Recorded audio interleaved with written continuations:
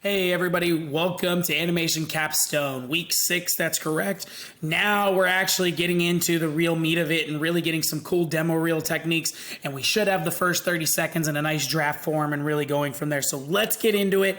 Let's take a look at some awesome transition techniques and see where we'll start week 6 and go from there. So let's go ahead and get moving. So just give everybody a heads up, lecture's still the same time. We have a discussion this week, so that's going to be due on Tuesday. Other than that, that's pretty much it. So this week we're going to talk about transitions, the 3 types, and even move on further with that. We're also going to talk about the introduction to visual design. We're going to also introduce into marketing choices and go a little bit further into depth. But really, creating quick transitions are really a nice way to connect things from piece to piece. Depending on the clips involved in the transition, this can be achieved in a myriad of ways, including wiping across from one scene to another to cover it up, creating a new sheet in After Effects that flies across the screen to transition to the next shot, or you can mask out a piece of the previous shot, add it to your masking animations, and go from there. Use it to bring in the next one. There's a lot we can do. We can talk about that a little further.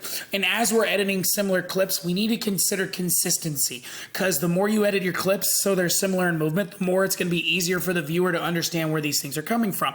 And if you make it random, it's going to be hard to understand. And this establishes a pattern that viewers will get used to, because the more you make things come in at random places, it's going to be confusing. For example, if a clip of a character is running left to right, the next one cuts to a clip of a car driving left to right. It's consistent.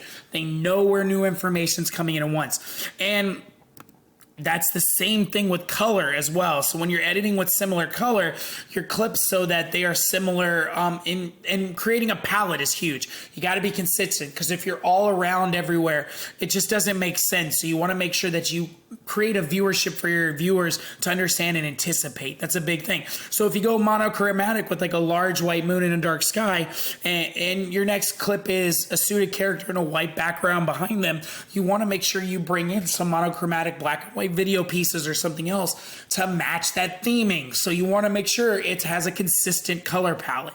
But other than that, that's pretty much it. So lecture on Tuesday. Also, rubrics, your discussions due on Tuesday. Announcements have the rubrics already. If you have any questions, comments, concerns, let me know. But other than that, that's pretty much it. Let me know if you need anything. Take it easy. All right, bye-bye.